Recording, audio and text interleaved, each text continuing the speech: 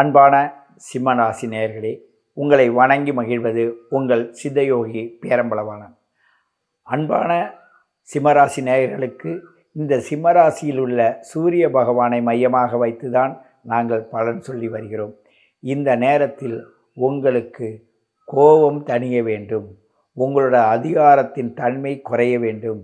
ஏனென்றால் உங்களை அல்லாது உங்களுடைய உணர்வுகள் உங்களை எடுத்த உடனே அதை செஞ்சு முடிச்சிடணும், எடுத்த உடனே அதை கொடுத்து முடிச்சிடணும். இயற்கையாகவே உங்களுக்கு ஒரு குணம், வார்த்தையை சொல்லிட்டீங்கன்னா அந்த வார்த்தையிலேருந்து பின்வாங்க மாட்டீங்க. அந்த பின்வாங்காத குணத்தினால சொன்ன உடனே செஞ்சிட்டா செஞ்சது தான், மறந்துட்டிங்கன்னா விட்டுடுவீங்க. திரும்பி அடுத்தவங்க நினைவு மூட்டினா அப்போ தான் அந்த ஞாபகம் வரும். ஓ அப்படியா, நான் செய்யலையா, சரி, அது அப்போ யோசிப்பீங்க. முதல் முறை கிடுகுன்னு செஞ்சுருவீங்க. ரெண்டாம் முறை ஒரு வார்த்தை வருதுன்னா அதை யோசித்து அதில் இருக்கிற விஷயங்களை புரிஞ்சு அதுக்கு பிறகு தான் நீங்கள் செய்வீங்க. ஆகையினால் உங்கள்கிட்ட நெருங்கி பழகவோ, நெருங்கி உங்கள்கிட்ட ஒவ்வொரு விஷயம் கேட்கவோ மற்றவங்க தடுமாறுவாங்க.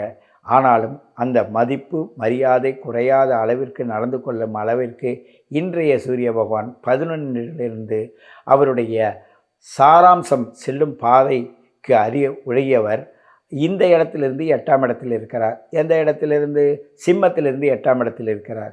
8ஆம் இடத்தில் சூரிய ராகு இருப்பதனால், அந்த சாரத்தில் இந்த லக்னாதிபதியை செல்வதனால் உங்களுக்கு உங்களுடைய பிறப்பு ஜாதகத்தில் அதுபோல் ரகசியமான இடங்கள் இல்லை, ஏதேனும் பிரச்சனைகள் இருந்தால் அது இப்போ வெளியில் வரும். ரொம்ப நாள் மறைச்சி வச்சுருந்த சில விஷயங்கள்லாம் வெளில வரும்.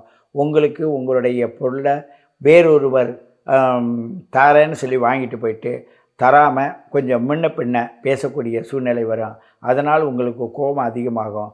நீங்கள் பெரும்பாலும் பிறருக்காக தன்னையே தான் வருத்தி கொள்ளும் சூழல் உள்ளவர். நீங்கள் உங்களுடைய வாழ்க்கை பயணத்தில் நீங்கள் எல்லாமே பிறர் கஷ்டத்தை உணர்ந்து செயல்படுவதனால் அந்த கஷ்டத்தை நீங்களே ஏற்று நடத்தக்கூடியவர்களாக இருப்பாங்க.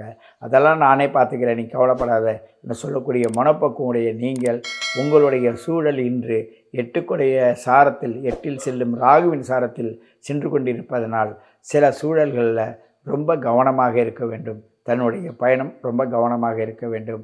ஆனால் அடிக்கடி நீங்கள் பயணத்தையோ இல்லை சூழலையோ மாற்றிக்கொண்டே தான் இருப்பீங்க. உங்களுக்கு ஏன்னு கேட்டால் இதை விட அது பெருசு, அதை விட அது பெருசு என்று பல சிந்தனைகள் உள்ளே உங்களை மாற்றிக்கொண்டிருக்கும். மேலும் சில காலங்கள் போகட்டும், நான் அதை செய்கிறேன் சொல்லி சில நேரங்களில் வருவீங்க. ஏன்னு கேட்டால் அடுத்ததாக புனர்பூச நட்சத்திரக்குடைய குருவின் சாரம் வருகிறது. அந்த இடத்துல சனியோடைய கர்ம பதிவும் இருக்கிறது.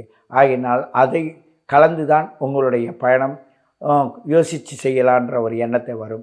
இது முன்னாடி அடுத்ததாகவும் முதல்ல சுக்கிரனுடைய சாரத்தில் ராகுவோட சூழலில் இருப்பதனால்தான் நீங்கள் சொன்ன உடனே செய்யணுன்ற எண்ணத்தை உருவாக்கக்கூடியவர்களாக இருப்பீர்கள். அதே நேரத்தில் 9க்கு உடையவனுடைய கர்ம பதிவாக இருக்கிறது. நீங்கள் எப்பொழுதும் எல்லா விஷயத்திலுமே கவனமாக இதுவரையும் இருந்ததை விட இப்பொழுது கவனமாக இருக்க வேண்டும்.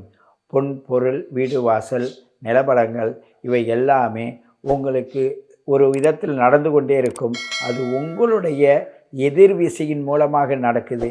உங்களுடைய சூழலை பொறுத்தவரையும் உடலில் காயங்கள் படாமலும் உங்களுடைய மனசு வேதனை அடையாமலும் நீங்கள் உங்களுக்கு நீங்களே துயரத்துக்கு ஆளாகாமலும் இந்த நேரம் நீங்கள் செல்ல வேண்டியிருக்கிறது. ஆகையினால் கவனமாகவும் பாதுகாப்பாகவும் மிகுந்த சூழ்நிலையில் இருக்கும். உங்களுடைய சட்டையில் எல் ஷேப்பில் கிழிவதற்கூட வாய்ப்புகள் உள்ளது. உங்களுடைய டைரி இல்லது முக்கிய குறிப்புகள் அங்கு இடம் விட்டு இடம் மாறி போகிறதுக்கு சூழ்நிலை இருக்கிறது. அது நீங்களே கொடுத்துட்டு திரும்பி அதை தேடுவீங்க. அப்புறம் பார்த்தா அவங்கள்ட்ட கொடுத்து அங்கே வையின்னு சொல்லுவீங்க. அவங்க வச்சுருப்பாங்க, வச்சதை திரும்பி நீங்கள் மறந்துடுவீங்க. அவங்க வர்ற வரையும் வெயிட் பண்ணுறதுக்குள்ளே உங்களுடைய மனசு சஞ்சலப்படும். சின்ன குழந்தைங்களாக இருந்தால் நான் வச்சினேன் எங்கே காணோம்னு சண்டை போடும். ஒரு நடுத்தர விதமாக இருந்தால் ஒரு 20 வயசுக்கு மேலே இருந்தால் அவங்க என்ன செய்வாங்கன்னா, நீங்கள் சொன்னால் நான் செய்கிறேன்னு சொல்லிட்டு உங்கள் மேலேயே கவனம் வைப்பாங்க. நீங்கள் உங்களுடைய சொல்லை எதிர்பார்ப்பாங்க. ஒரு 40 வயசுக்கு மேலே இருக்கிறதா இருந்தால் நான் போட்ட பணம் என்னாச்சு, என்னுடைய பொருளாதாரம் என்னாச்சுது, என்னுடைய வீடு வாசலுக்காக நான் செலவு பண்ணணும், அது மாதிரி செலவுகள் செய்யும் பொழுது எனக்கு ஏன் இந்த தடைகள் வருது, இப்படிப்பட்ட கேள்விகளுக்குள்ள வாழ்ந்து கொண்டிருக்கும் இந்த சிம்மராசி நேயர்களுக்கு அந்த ராசி அதிபதியே 11ல் இருப்பதனால் மிதுனத்தில் எழுத்து மூலமான விஷயத்திலும் படிப்பு மூலமான விஷயத்திலும் அதே நேரத்தில் டெலிகம்யூனிகேஷன் என்ற விஷயத்திலும் கலந்து இருப்பதனால் நீங்கள் இந்த நேரத்தில் இந்த விஷயங்களில் கவனமாக இருக்க வேண்டும் என்று கேட்டுக்கொண்டு உங்களை மீண்டும் சந்திக்கிறேன். உங்கள் சித்தயோகி பேரம்பலவாணன். நன்றி, வணக்கம்.